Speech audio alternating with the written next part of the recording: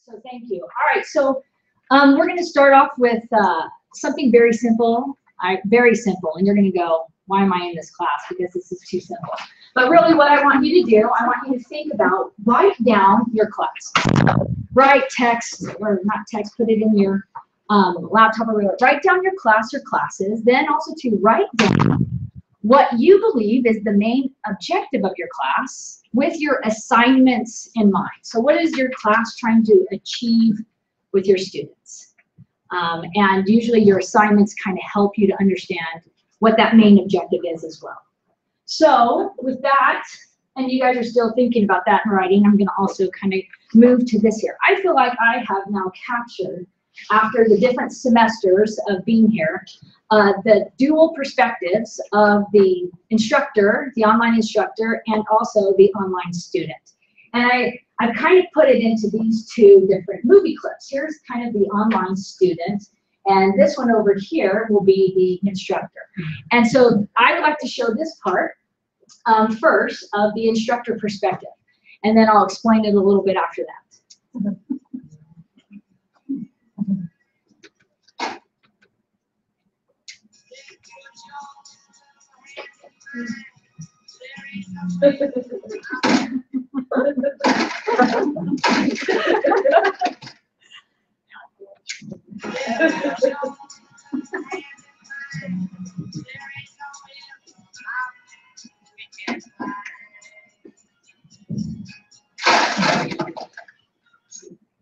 So obviously you recognize this clip, right? It's from Groundhog's Day.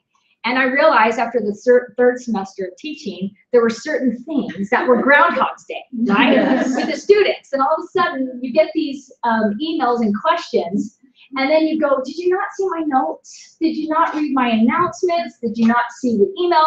What about that great Gene video I did for you? And so you think, oh, that could have answered that question.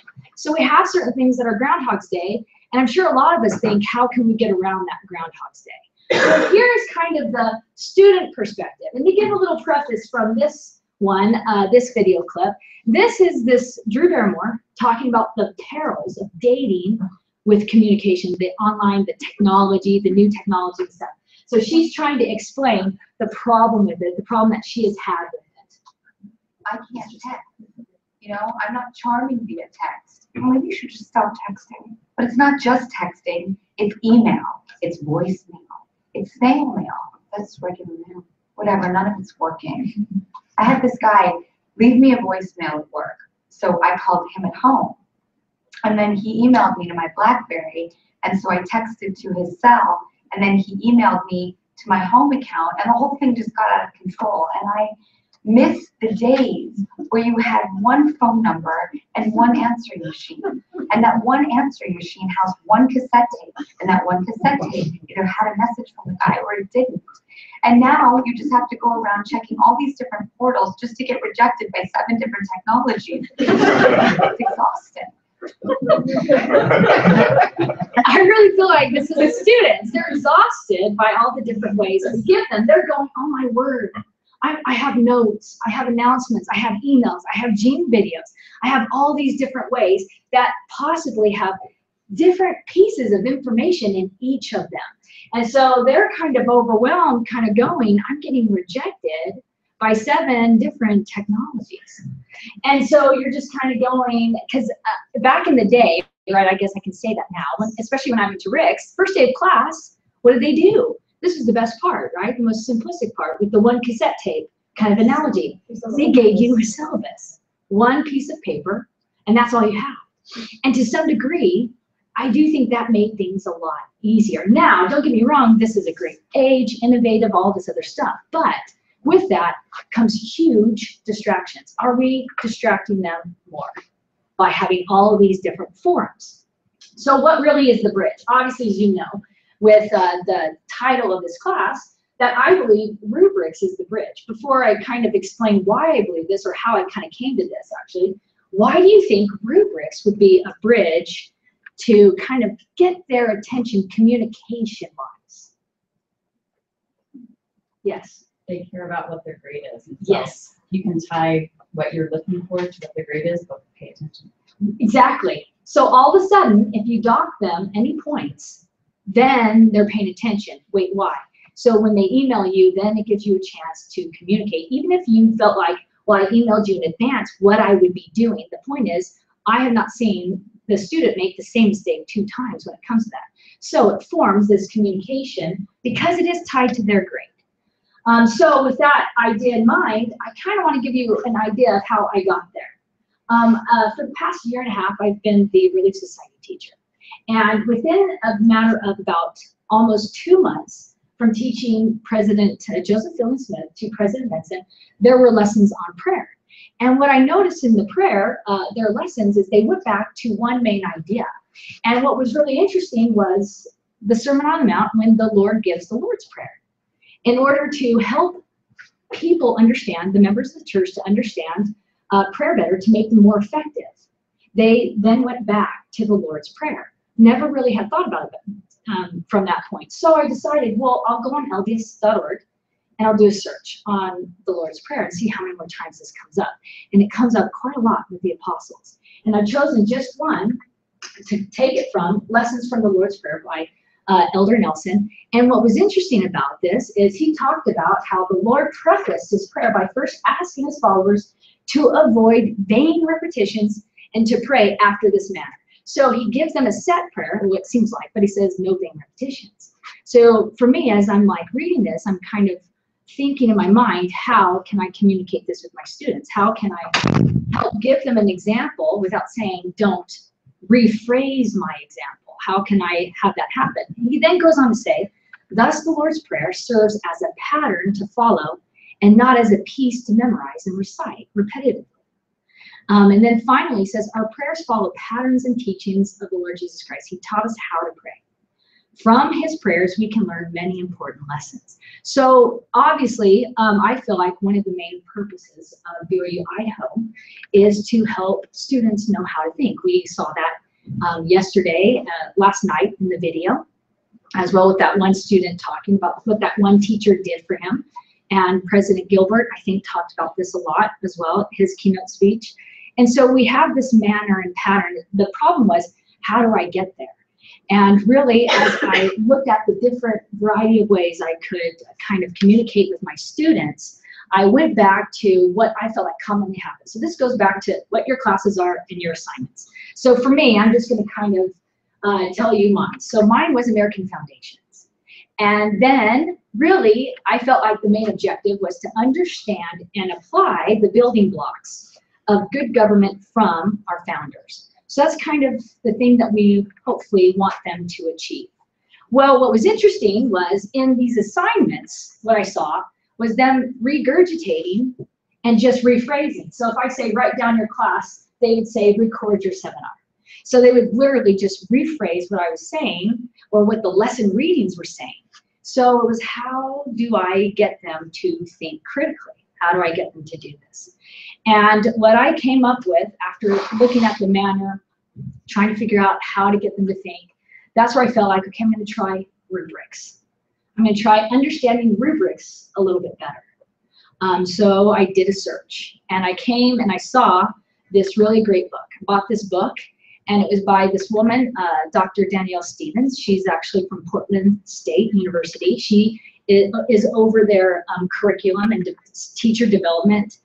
She's a dean there, and she wrote this book, and her book, really, the audience is for the on-campus and actually also high school teachers. She wants them to actually use rubrics more, but she has this really great section for online, because they, of course, have seen this growth as well. So how this pertains to online. And what she had to say about why they are effective was very interesting to me. So here are just a couple of bullet points, and then there's only 3 that I really want to talk about. Rubrics provide timely feedback, especially if you do them right. They can provide timely feedback. Rubrics encourage critical thinking. They facilitate communication with others. They help us refine our teaching skills.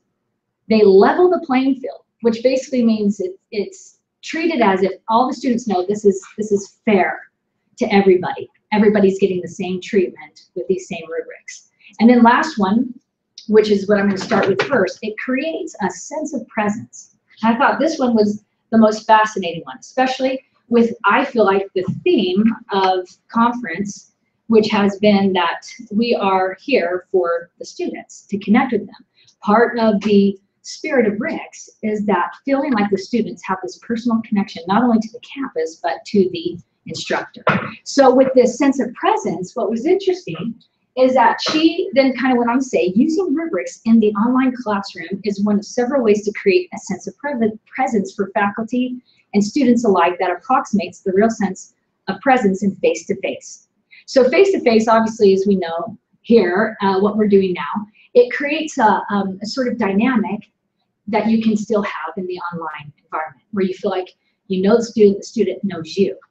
And I thought this was interesting. How could a grading rubric create that sense of presence? She gave this diagram. I hope you saw that on the, I do have a handout that's linked in the app that does have this in there for you guys to see as well. So she said, okay, this creates this sort of sense of presence in 3 different ways: a social presence, a teaching presence, and a cognitive presence. Now, the teaching presence, this one is kind of really important in order for rubrics to be effective. You have to share them in advance. The students have to know in advance what you're looking for. And so they can't just pull it up, even though in some of iLearn, some of your classes, maybe it has down at the bottom rubric and they can pull it up and look at it themselves. No, we need to, maybe in our notes, maybe in an email before a certain assignment, we need to let them know. And that kind of helps create that teaching presence. You put thought into it. This is something you're concentrating on. Social presence. This is something that I think actually BYU-Idaho does really well on its own. And this is with the online discussion forum. They kind of create this rubric in a sense without really the students knowing, by basically creating minimum requirements that they have to kind of post a certain amount of times. And what she said was, this leads to students getting to know each other. Well, we've seen that, so we do know that.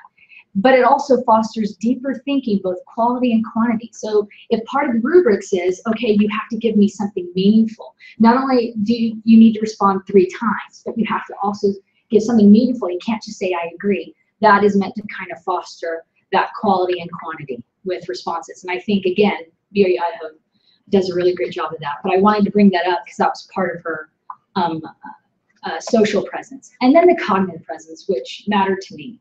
This was online assignments. Now, some of you might be thinking, I can't create a rubric, or it's not within my course. And that is true. You cannot plug in a rubric to your course if it's not already created. But when you are grading papers and assignments for feedback, this is where you can put that in, and this is what I have done. And so this is what I've seen most effective. I'm in Brightspace, which will be called iLearn 3, if I'm correct. So I'm in that right now, and I have realized that changeover in the different learning management systems has created a huge disconnect in communication. No matter what you do visually for the students, they feel disoriented. And so this is actually one of the reasons why rubrics was something that I was drawn to, because they just could not figure out how to navigate anything about it, especially at first. So my point is as your courses go over into Brightspace, iLearn 3, that very first month, they're going to be very disoriented. They're not going to understand. And so that is kind of important to figure out how you're going to communicate with them and not overload them with too much information. And so with these assignments, it said, okay, what we can create with this is it can encourage better work, fewer questions. And again, this evolves in time. You might have a lot of questions at first, but as the semester evolves, this is really what happens. And I have seen this happen in my course. And then communication, it's fair, open grading practices. They get this sense, maybe they don't really know it, and they don't think that, but they get the sense that it's fair, because everybody is along the same grading line. It's not arbitrary. And also, too, they have an idea on how to get a perfect grade. A lot of times, some people will not get, full marks, and they'll go, why not? This is a way of helping someone know, how can I get a perfect grade on these assignments?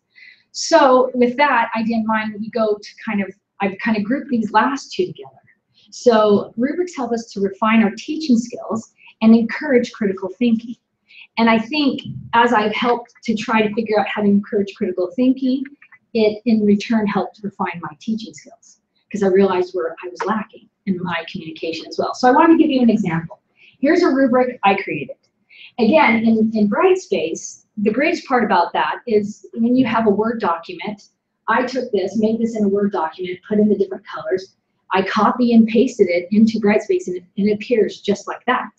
So this was very helpful for them to visually just kind of see. And as you can tell, I have, the possible points on one, your points, and then this is the part where I can get feedback. So I decided, okay, how do I want to structure this? A lot of their papers were a huge mess. It was very hard to read and understand. So I decided, okay, I'm going to put these two over here, the grammar part, separated paragraphs. I have to kind of explain that. They'll give me a block of answer. They'll just give a huge block and not break it up when, there's a different idea or a different viewpoint. They don't break it up. So I had to kind of say, okay, we want to separate our paragraphs when needed, because that obviously helps with their answer as well. But also, too, I'm hoping that they then get a sense of pride in their presentation. I want them to care about how it looks like online. And then the other part where this is my kind of critical thinking part. This is what I was trying to do. So I was trying to have them not rephrase something. So I put in there, okay, correct answers to questions, complete, well supported. As you can see, I linked that to the most points. So that was like hopefully what they cared about the most. And then well supported. And I put reasons, examples, for your answers. So I thought, yeah, that's pretty clear, right? And it was still not working. I then realized, okay, you know what? This is what I'm going to do. I'm going to give them an example. I made a great visual. Isn't this amazing? So I made this a visual, and I said, this is what a complete and well-supported looks like. I'm going to show you. I took something from a talk, and it ends an article, and I said, okay, here's her answer, her explanation. And then I said, look how she then supports it by giving an example. Well, this is great if they actually read it or looked at it. And I thought, I'm going to even make it really easy for them to read. I'm not going to put a lot on the page. Look, a light bulb, right? So I thought, this is great. Yeah, still, I was getting the same problems when their papers were happening. So this semester, I decided, okay, how can I tweak it even more, especially after reading this book? What can I do? And so then I decided, okay, I'm now going to break it up even further. And so 2 of my points are going to be, okay, you know what?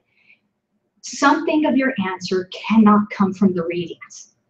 So you have to give me an outside source. And then people started thinking, what system, the ALS or whatever, EL, whatever those acronyms are for English, or they're like, okay, what do I need? No, you don't have to be that formal.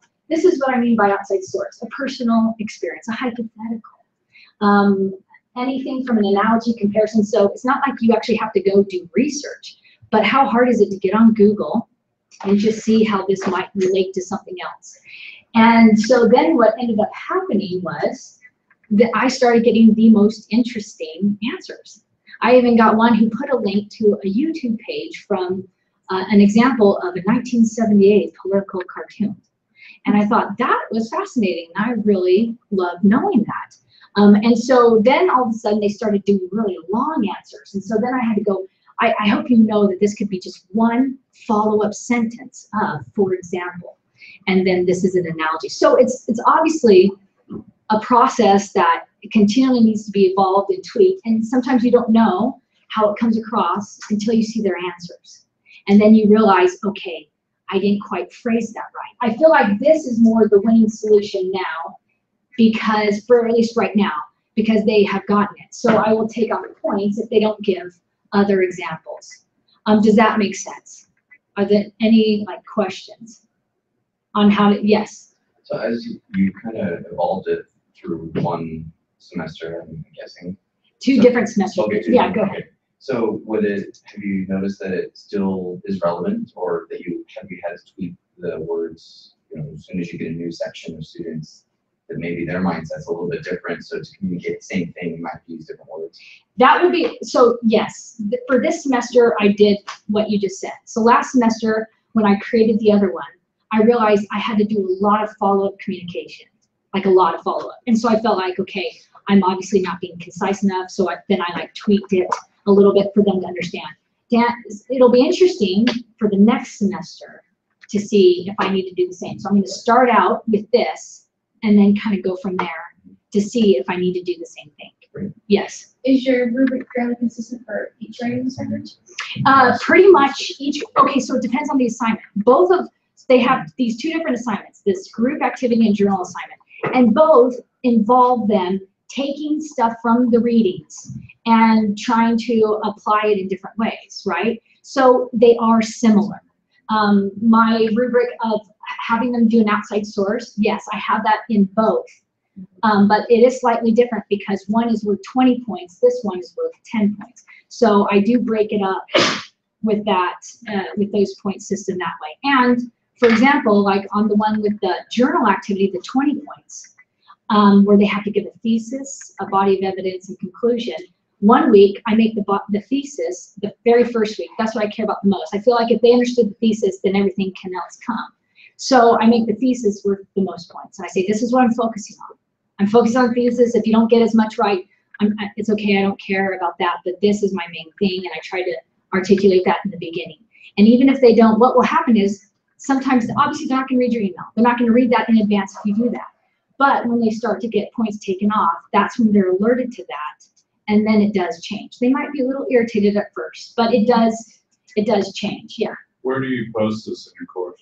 So in the course, I will do that in my notes. So Notes from Instructor. Notes from Instructor. I do that in my notes from Instructor, and I also will do it in email. I mean, I know it still is overload, right? But so when I have a student email me and go, I didn't see this, I'll just kind of politely give screenshots of where I did it, so they at least knew I tried to let them know in advance. And then as you know, as the course goes on, this one will stay for the rest of the semester because I'm now at a point where this one will stay, and so that they now know, and so we're at a good place now, like the 7th, 8th weekend. So for those of us who have set rubrics that we cannot change, I'm guessing we can kind of do this and bullet point, hey, this is what it says, this is, and then you clarify, this is specifically what I'm looking for.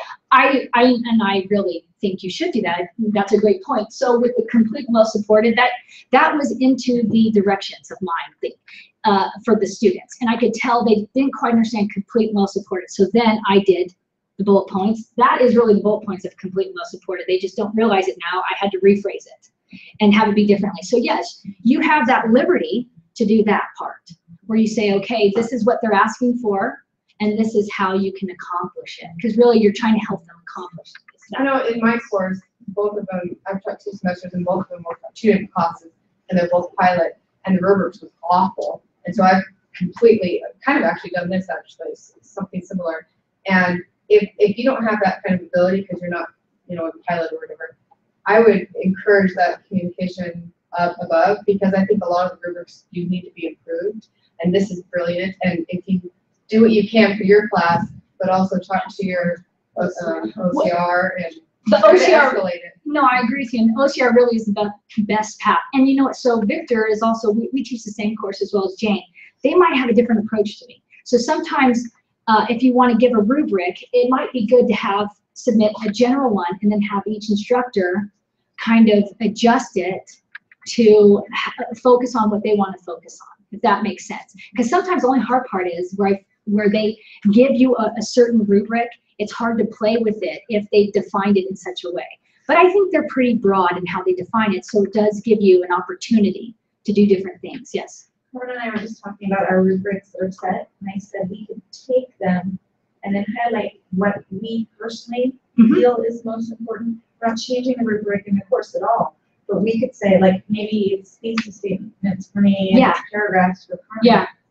We can just highlight it and say, this is what I'm looking at, because this is what I'm really looking for, like you said. No, and I like that you said that, because sometimes we look at this and go, oh, our hands are tied. They're really not. I mean, you still have an opportunity to be a little bit creative and still play with it a little bit. Yeah. Along with different personal preference, I think there's also opportunity to focus on your class and what they really need to work on. No, and you're absolutely right. And as you probably know, some semesters really are different than others. I'll have some students where I have more international students. than others. So what we have to work on will be different and focus. So going back to your other previous question is, yeah, depending on that, I might have to even retweak that further depending on the students in my class. So yeah, that was good. So any others before we move on? Those were really great questions and comments. So as you kind of have seen, kind of in wrapping up, it's really kind of, you're throwing darts. Online learning, and I'm sure obviously on campus teaching is the same thing. You're throwing darts, you're finding out what sticks, and you have this opportunity to figure out what works best for your students. Now, the way that you know if it's working, are they meeting what you want? Like I said, are they applying the information? When I see a lot of them applying the information, I think, okay, my rubric is great. It's good. I can leave it the way it is. But from those results, then you'll be able to say, okay, I need to try something different. And I just kind of want to share with you, 2 days before today, I got this really great email from one of my students, and I just want to share with you really quick. She says, today in my primary class, she wrote this on Sunday, we were talking about gratitude and giving thanks to our Heavenly Father for those things that we have taken for granted. I had the opportunity to bring up that we should tell him how we are thankful for our freedoms and for this country we live in. Having religious freedom is a wonderful gift that other countries don't have, and we should show our thanks. This is what I love the most about what she said, is she's explaining to them how we can show our thanks by sharing that gift with others. Also remember to show him how we appreciate our freedoms by remembering those holidays and commemorating it, and recognizing those who have fought so we can enjoy our freedom. Couldn't have done it without your class. Thank you. So I added that last part. I don't mean to bring attention to myself. It was more about, if you knew this person in the very beginning, as I had conversations with this person, she is older, very nice, was not negative about the class, but she was taking it because she had to. It's one of those required. And she didn't really see the point. She didn't feel very good about history. She didn't really like it, wasn't interested. She didn't really understand how this applied. And so seeing her go from that to now this has been very rewarding. Because it's going to affect those children in her class. You see how it trickles down. We don't all get to hear these things, so I was very grateful for this. This isn't, I don't get to hear this very often, but you should know, I really do believe that you have students in your classes that do feel the same way, and that then go on to affect the people around them by sharing whatever it is that you've taught them in their class. And I say this in Jesus Christ, amen.